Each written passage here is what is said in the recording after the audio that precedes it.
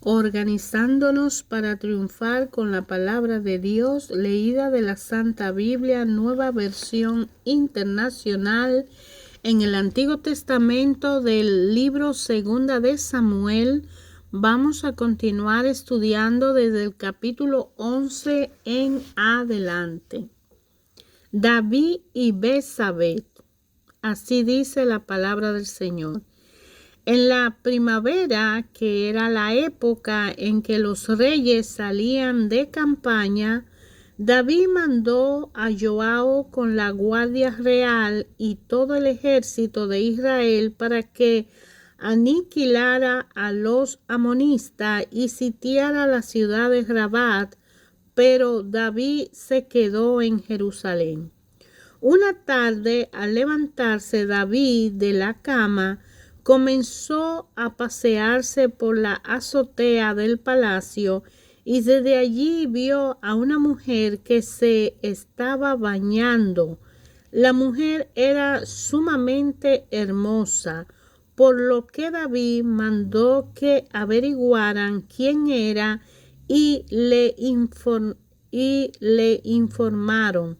Se trata de Betsabé, que es la hija de Elián y esposa de Uría elitita. Entonces David ordenó que la llevaran a su presencia, y cuando Betsabé llegó, él se acostó con ella. Después de eso, ella volvió a su casa. Hacía poco que Betsabé se había purificado de su menstruación. Así que quedó embarazada y se hizo saber a David. Entonces David le envió este mensaje a Joab: mándame aquí a Uría elitita, y Joab así lo hizo. Cuando Uría llegó, David le preguntó cómo estaban Joab y los soldados y cómo iba la campaña. Luego le dijo: vete a tu casa y acuéstate con tu mujer. Tan pronto como salió del palacio, Urías recibió un regalo de parte del rey, pero en vez de irse a su propia casa, se acostó a la entrada del palacio donde dormía la guardia real. David se enteró de que Urías no había ido a su casa, así que le preguntó: ¿has hecho un viaje largo? ¿Por qué no fuiste a tu casa? En ese momento respondió Urías: tanto él era como los hombres de Israel y de Judá se agurecen en simple enramada, y mi señor Joab y sus oficiales acampan al aire libre, y yo voy a entrar en mi casa para darme un banquete y acostarme con mi esposa. Tan cierto como que su majestad vive, yo no puedo hacer tal cosa. Bueno, entonces quédate hoy aquí y mañana te enviaré de regreso, replicó David. Urías se quedó ese día en Jerusalén, pero al día siguiente David lo invitó a un banquete, logró emborracharlo. A pesar de eso, Urías no fue a su casa, sino que volvió a pasar la noche donde dormía la guardia real. A la mañana siguiente, David le escribió una carta a Joab y le envió por medio de Urías. La carta decía: pongan a Urías al frente de la batalla donde la lucha sea más dura.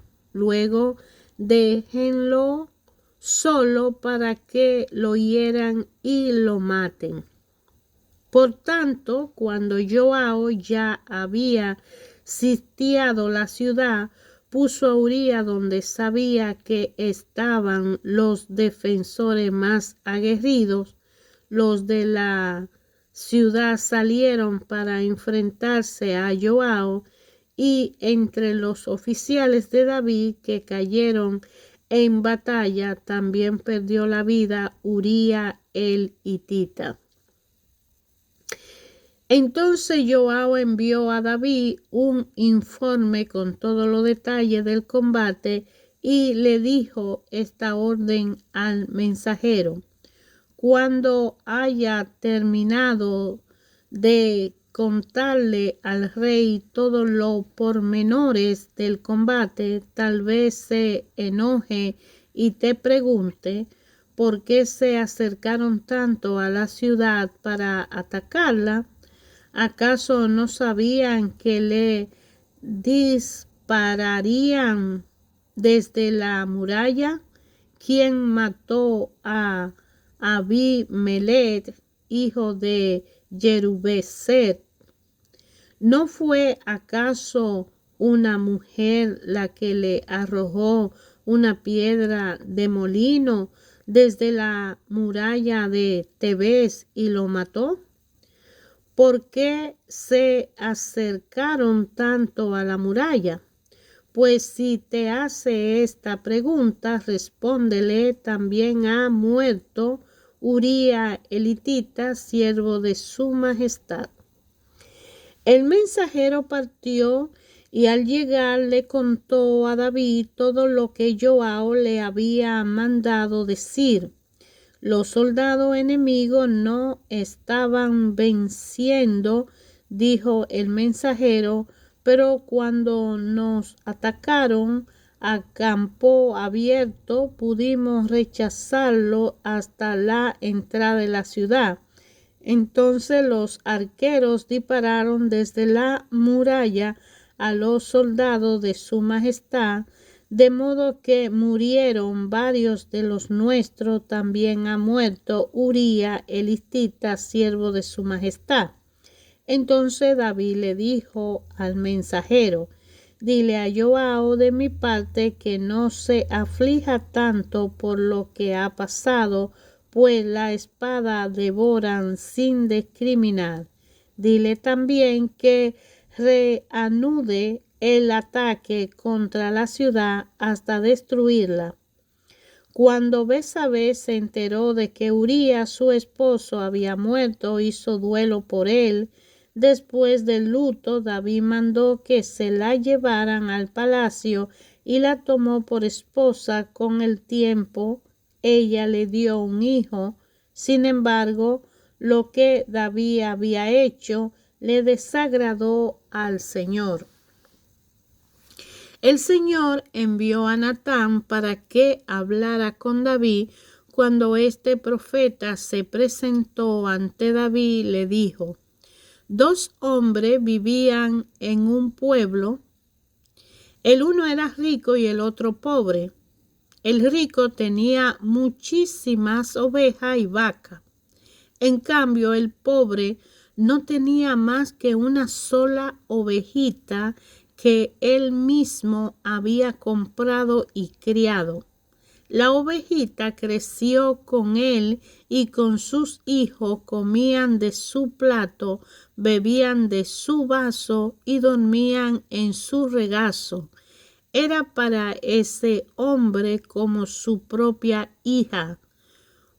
Pero sucedió que un viajero llegó de visita a casa del hombre rico, y como éste no quería matar ninguna de sus propias ovejas o vacas para darle de comer al huésped, le quitó al hombre pobre, su única ovejita. Tan grande fue el enojo de David contra aquel hombre que le respondió a Natán: tan cierto como que el Señor vive, que quien hizo esto merece la muerte. ¿Cómo pudo hacer algo tan ruin? Ahora pagará 4 veces el valor de la oveja. Entonces Natán le dijo a David: tú eres ese hombre. Así dice el Señor, Dios de Israel: yo te ungí como rey sobre Israel y te libré del poder de Saúl. Te di el palacio de tu amo y puse sus mujeres en tus brazos. También te permití gobernar a Israel y a Judá. Y por si esto hubiera sido poco, te habría dado mucho más, porque entonces despreciaste la palabra del Señor, haciendo lo que me desagrada. Asesinaste a Uría elitita para apoderarte de su esposa. Lo mataste con la espada de los amonistas. Por eso la espada jamás se apartará de tu familia, pues me despreciaste al tomar la esposa de Uría elitita para hacerla tu mujer. Pues bien, así dice el Señor, yo haré que el desastre que mereces surja de tu propia familia, y ante tus propios ojos tomaré a tus mujeres y se las daré a otros, el cual se acostará con ella en pleno día. Lo que tú hiciste a escondida, yo lo haré a plena luz, a la vista de todo Israel. He pecado contra el Señor, reconoció David ante Natán. El Señor ha perdonado ya tu pecado y no morirás, contestó Natán. Sin embargo, tu hijo sí morirá, pues con tus acciones ha ofendido al Señor.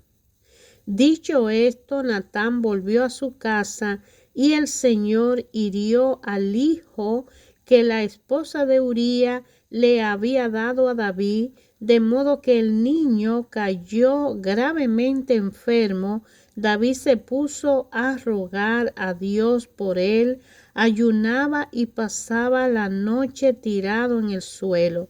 Los ancianos de su corte iban a verlo y les rogaban que se levantaran, pero él se resistía y aún se negaba a comer con ellos. 7 días después el niño murió. Los oficiales de David tenían miedo de darle la noticia, pues decían, si cuando el niño estaba vivo le hablábamos al rey y no nos hacía caso, ¿qué locura no hará ahora si le decimos que el niño ha muerto? Pero David, al ver que sus oficiales estaban cuchicheando, se dio cuenta de lo que había pasado y le preguntó, ¿ha muerto el niño? Sí, ya ha muerto, le respondieron. Entonces David se levantó del suelo y enseguida se bañó, se purificó, se perfumó, luego se vistió y fue a la casa del Señor para adorar. Después regresó al palacio, pidió que le sirvieran alimento y comió. ¿Qué forma de actuar es esta?, le preguntaron sus oficiales. Cuando el niño estaba vivo, usted ayunaba y lloraba, pero ahora que se ha muerto, usted se levanta y se pone a comer. David respondió, es verdad que cuando el niño estaba vivo yo ayunaba y lloraba, pues pensaba, quién sabe, tal vez el Señor tenga compasión de mí y permita que el niño viva. Pero ahora que ha muerto, ¿qué razón tengo para ayunar? ¿Acaso puedo devolverle la vida? Yo iré donde él está, aunque él ya no volverá a mí. Luego David fue a consolar a su esposa y se unió a ella. Betsabé le dio un hijo, así que David llamó Salomón. El Señor amó al niño y mandó a decir por medio del profeta Natán que le pusieran por nombre Jedidías por disposición del Señor. Mientras tanto, Joab había acabado la ciudad amonista de Rabat y capturado la fortaleza real. Entonces envió unos mensajeros a decirle a David: ¿acaso de atacar a Rabá y he capturado los depósitos de agua? Ahora pues le pido a su majestad que movilice el rey el resto de las tropas para sitiar y capturar la ciudad. Si no, lo haré yo mismo y le pondrán mi nombre. Por tanto, David, movilizando toda la tropa, marchó contra Rabat, la atacó y la capturó. Al rey de los amonistas le quitó la corona de oro que tenía puesta, la cual pesaba 33 kilos y estaba adornada con la piedra preciosa. Luego se la pusieron a David. Además, David saqueó la ciudad y se llevó un botín inmenso. Expulsó de allí a sus habitantes y los puso a trabajar con sierra, trillos, hachas, y también los forzó a trabajar en los hornos de ladrillo. Lo mismo hizo con todos los pueblos amonistas, después de lo cual regresó a Jerusalén y con sus tropas. Pasado algún tiempo sucedió lo siguiente. Absalón, hijo de David, tenía una hermana muy bella que se llamaba Tamar, y Amnón, otro hijo de David, se enamoró de ella. Pero como Tamar era virgen, Amnón se enfermó de angustia al pensar que le sería muy difícil llevar a cabo sus intenciones con su hermana. Sin embargo, Amnón tenía un amigo muy astuto que se llamaba Jonadab y que era hijo de Simá y sobrino de David. Jonadab le preguntó a Amnón: ¿cómo es que tú y todos los príncipes te ves cada día peor?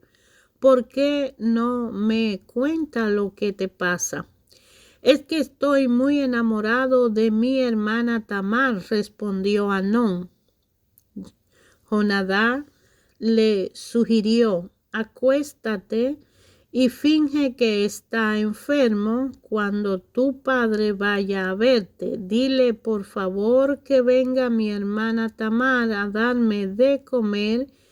Quisiera verla preparar la comida aquí mismo y que ella me la sirva. Así que Amnón se acostó, fingió estar enfermo, y cuando el rey fue a verlo, Amnón se dijo: por favor, que venga mi hermana Tamar a prepararme aquí mismo 2 tortas y que me las sirva. David envió un mensaje a la casa de Tamar para que le diera este recado: ve a casa de tu hermano Amnón y prepárale la comida. Tamar fue a casa de su hermano Amnón y lo encontró acostado. Tomó harina, la amasó, preparó la torta allí mismo y la coció. Luego tomó la sartén para servirle, pero Amnón se negó a comer y ordenó: fuera de aquí todos, no quiero ver a nadie. Una vez que todos salieron, Amnón le dijo a Tamar: trae la comida a mi habitación y dame de comer tú misma. Ella tomó la torta que había preparado y se la llevó a su hermano Amnón a la habitación. Pero cuando se le acercó para darle de comer, él la agarró por la fuerza y le dijo: ven, hermanita, acuéstate conmigo. Pero ella exclamó: no, hermano mío, no me humille, que esto no se hace en Israel. No cometa esta infamia. ¿A dónde iría yo con mi vergüenza? ¿Y qué sería de ti? Sería visto en Israel como un depravado. Yo te ruego que hables con el rey con toda seguridad. No se opondrá a que yo sea tu esposa. Pero Amnón no le hizo caso, sino que, aprovechándose de su fuerza, se acostó con ella y la violó.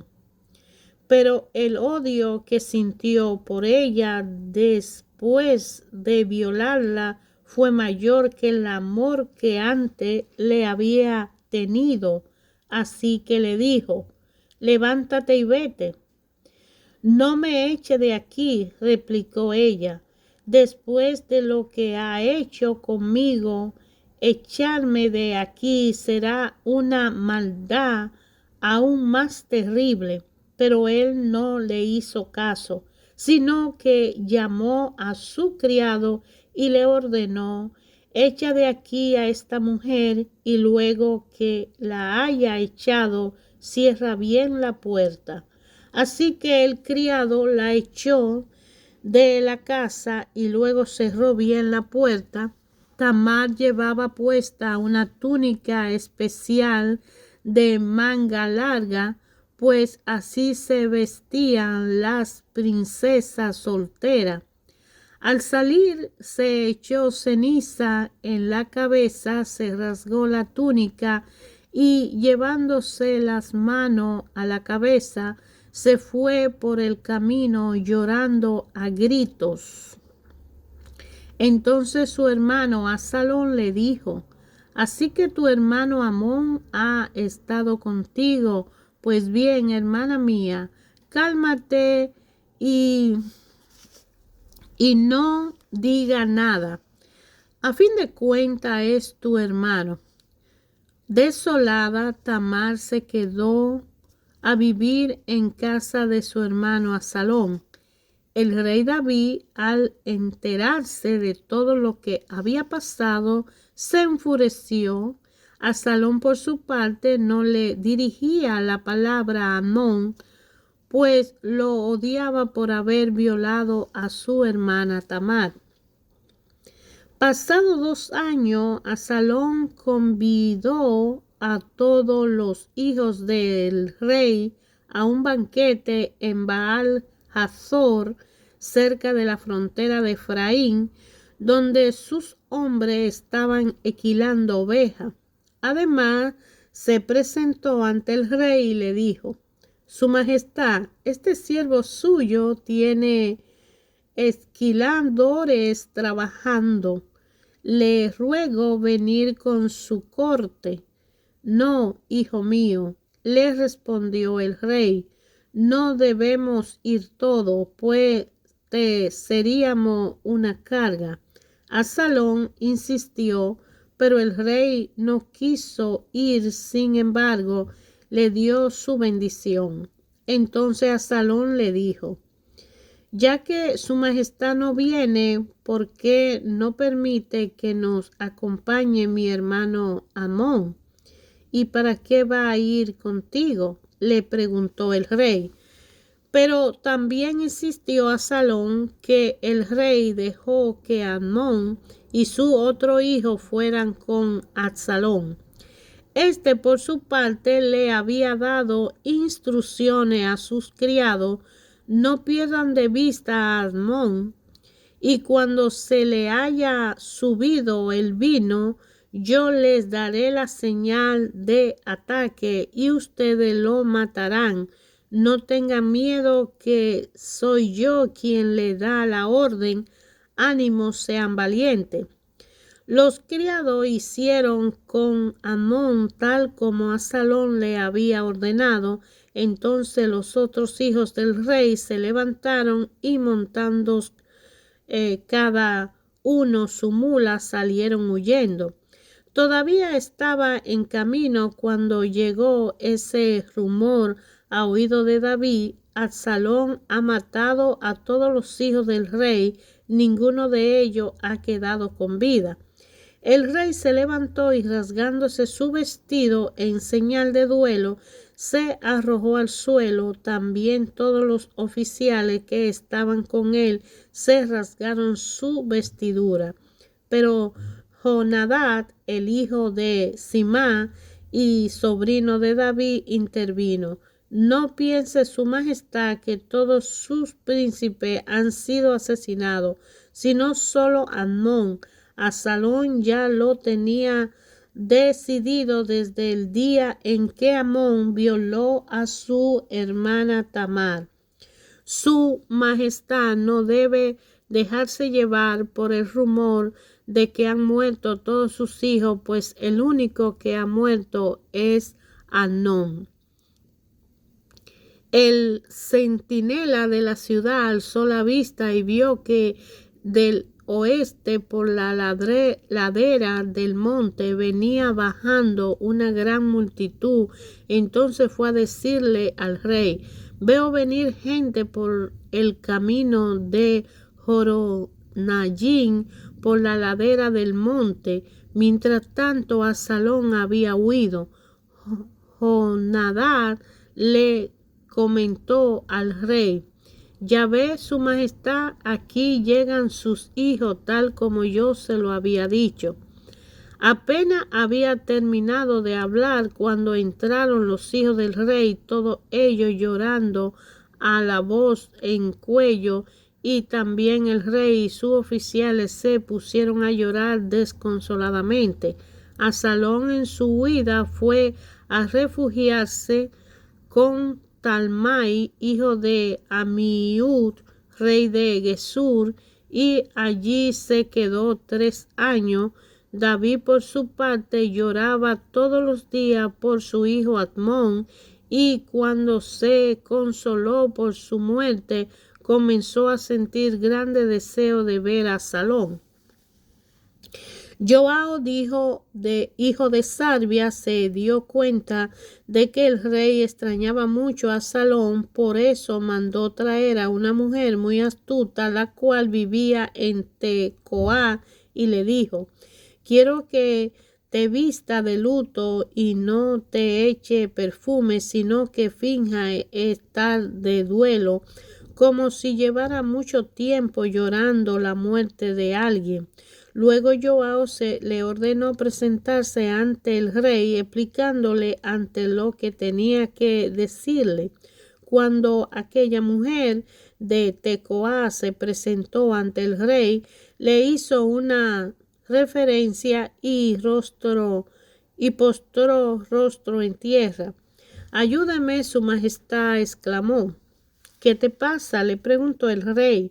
Soy una pobre viuda, respondió ella. Mi esposo ha muerto. Esta servidora de su majestad tenía 2 hijos, los cuales se pusieron a pelear en el campo. Como no había nadie que los separara, uno de ellos le asestó un golpe al otro y lo mató. Pero ahora resulta que toda la familia se ha puesto en contra de esta servidora y su majestad. Me exigen que entregue al asesino para que lo maten, y así venga la muerte a su hermano, aunque al hacerlo eliminen al heredero. La verdad es que de esa manera agarrarán la última luz de esperanza que me queda y dejarán a mi esposo sin nombre ni descendencia sobre la tierra. Regresa a tu casa, que yo me encargaré de este asunto, respondió el rey. Pero la mujer de Tecoa replicó: su majestad, que la culpa caiga sobre mí y sobre su familia, y no sobre el rey ni su trono. Si alguien te amenaza, insistió el rey, tráemelo para que no vuelva a molestarte. Entonces ella le suplicó, ruego a su majestad invocar al Señor su Dios para que quien deba vengar la muerte de su hijo no aumente mi desgracia matando a mi otro hijo.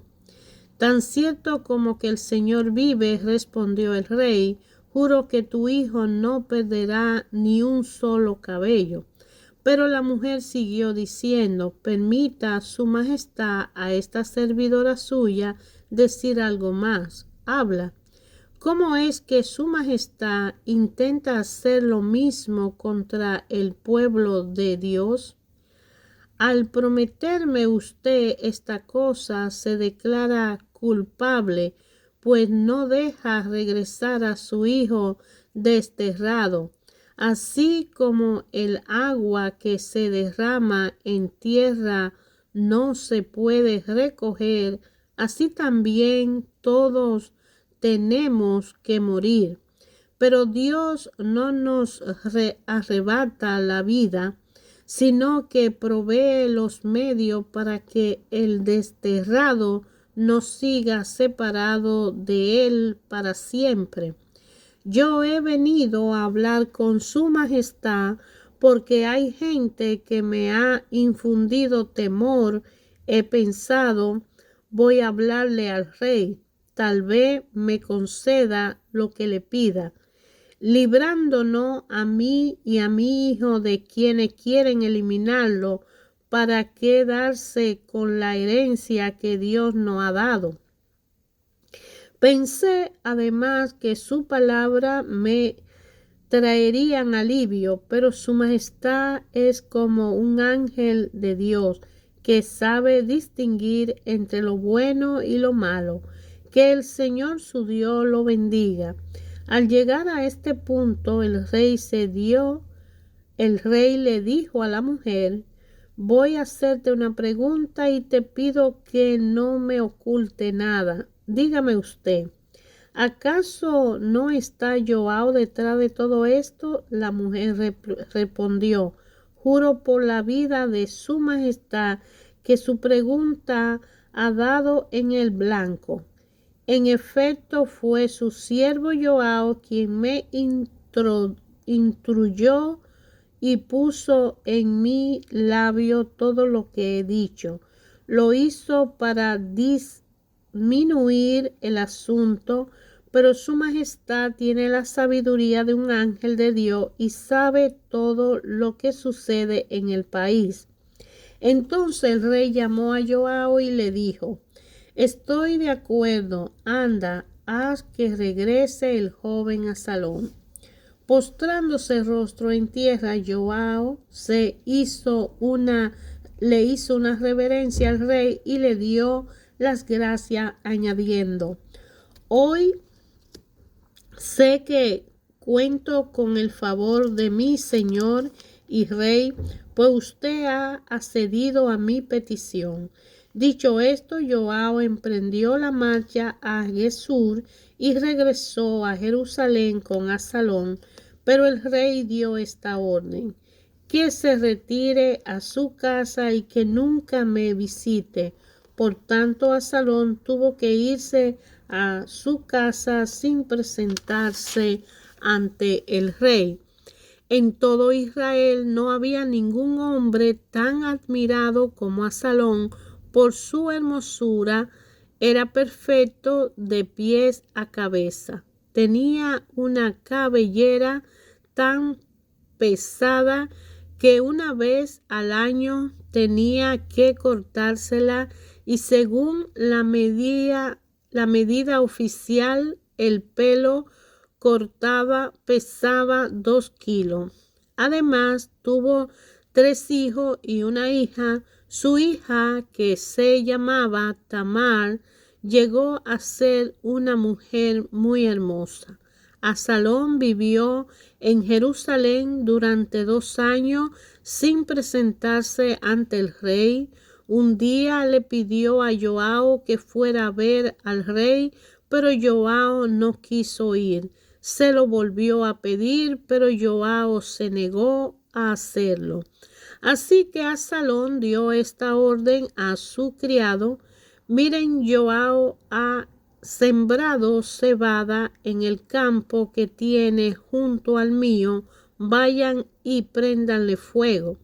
Los criados fueron e incendiaron el campo de Joao. Entonces éste fue enseguida a casa de Absalón y le reclamó: ¿por qué tus criados le han prendido fuego a mi campo? Y Absalón le respondió: te pedí que fuera a ver al rey y le preguntara para qué he vuelto a Gesur, de Gesur, mas me habría valido quedarme allá. Voy a presentarme ante el rey, y si soy culpable de algo, que me mate. Joao fue a comunicárselo al rey. Este, por su parte, mandó llamar a Absalón, el cual se presentó ante el rey y, postrándose rostro en tierra, le hizo una reverencia. A su vez, el rey recibió a Absalón con un beso. Hermanos, de la Biblia, Santa Biblia, Nueva Versión Internacional, en el Antiguo Testamento, del segundo libro de Samuel, estamos estudiando la historia del rey David y su descendencia. En el capítulo de hoy que hemos iniciado, está hablando de la relación que tuvo David y Betsabé. Y David y Betsabé, que anteriormente pudieron haber tenido un encuentro de mirada, se atrajeron de una forma que ninguno de los dos maduramente pensó en las reglas, normas, preceptos, leyes de Dios. David, siendo un rey obediente y sabiendo todo lo que Dios había hecho por él, que luego Dios se lo reclama en su presencia a través del profeta Natán, vio las reglas y cae en pecado, porque el pecado nos atrae como una miel dulce y después nos harta y nos sentimos que repudiamos todo lo que hemos hecho porque hemos pecado. Natán le deja ver a David hasta el grado que él pecó ante Dios, y David se humilla al Padre y le pide perdón. Pero Dios, cuando violamos la ley, no puede perdonar a todos. Pero el pecado que nosotros cometemos, aunque Dios lo perdone, trae una consecuencia. Y la razón por la que Dios no quiere el pecado en nuestra vida es precisamente para que no tengamos que sufrir por las consecuencias que el pecado deja en la vida de cada uno de nosotros por siempre. Natán le recuerda al rey David que Dios cumple su palabra y que es justo. Dios dijo: tu hijo no vivirá, y su hijo no vivió. Y Dios dijo que lo mismo que le hizo al esposo de Betsabé, asimismo pasaría en su casa. Y así fue violada su hija de su propio hijo. Y así sus hijos fueron contrarios. Y así la espada entró en su casa. Porque la culpa del pecado, aunque sea arrepentido, el pecado ya existe. Lo mejor sería no cometerlo. Es difícil para nosotros, porque nosotros, si nos desviamos de la luz de Jesucristo, si nos desviamos de la ley, si no tenemos el presente aquí, ahora, en todo momento, si no somos conscientes de todo aquí, ahora, si no mantenemos una relación continua con el Padre, una interacción a diario, nosotros somos frágiles y débiles criaturas que podemos caer en la debilidad de un vicio que nos pueda llevar a un pecado mayor que nos trae consecuencias futuras y daña no solamente a nosotros mismos, sino a los que vienen de nosotros, a los que están con nosotros, a la sociedad, a la humanidad, al pueblo, al país, a la casa. La palabra de Dios ayer, hoy y siempre nos habla de que nosotros como padres debemos ser responsables y cuidadosos con nuestros hijos. Y debemos ser equitativos y igualmente amar a uno como amar al otro en la misma manera, dependiendo de la disposición de cada uno de ellos hacia nosotros. Uno es más rebelde, uno es más humilde, pero el amor debe ser igual para todos los hijos. El amor de los hijos y la familia nos debe llevar a mantenernos en una purificación continua ante la presencia del Padre para hacernos dignos y merecedores, responsables de nuestros hijos, que Él nos los regala para que hagamos hombres de bien, pero no para que sean víctimas de sus propios hermanos, ni para que sus hermanos señoreen sobre ellos y acaben con la vida, el honor y el prestigio de ellos. La consecuencia del pecado dicen que aunque sea perdonado, trae su propio mal. Por eso es que si violamos una luz que no nos corresponde cruzar y cruzamos, nosotros ocasionamos un problema para nosotros mismos y para los demás, que en ese acto de irresponsabilidad le podemos causar daño a muchas familias. No solo nosotros al violar y cruzar esa luz, sino también cuando violamos una ley. Nosotros, aunque vayamos al juez y paguemos un dinero para ser liberados, pero hay una consecuencia, hay una muerte, y esa muerte causa un mal en muchas personas. Debemos estar en todo momento presente y ahora. ¿Qué haría Jesús si estuviera en mi lugar? Jesús es el camino, la verdad y la vida.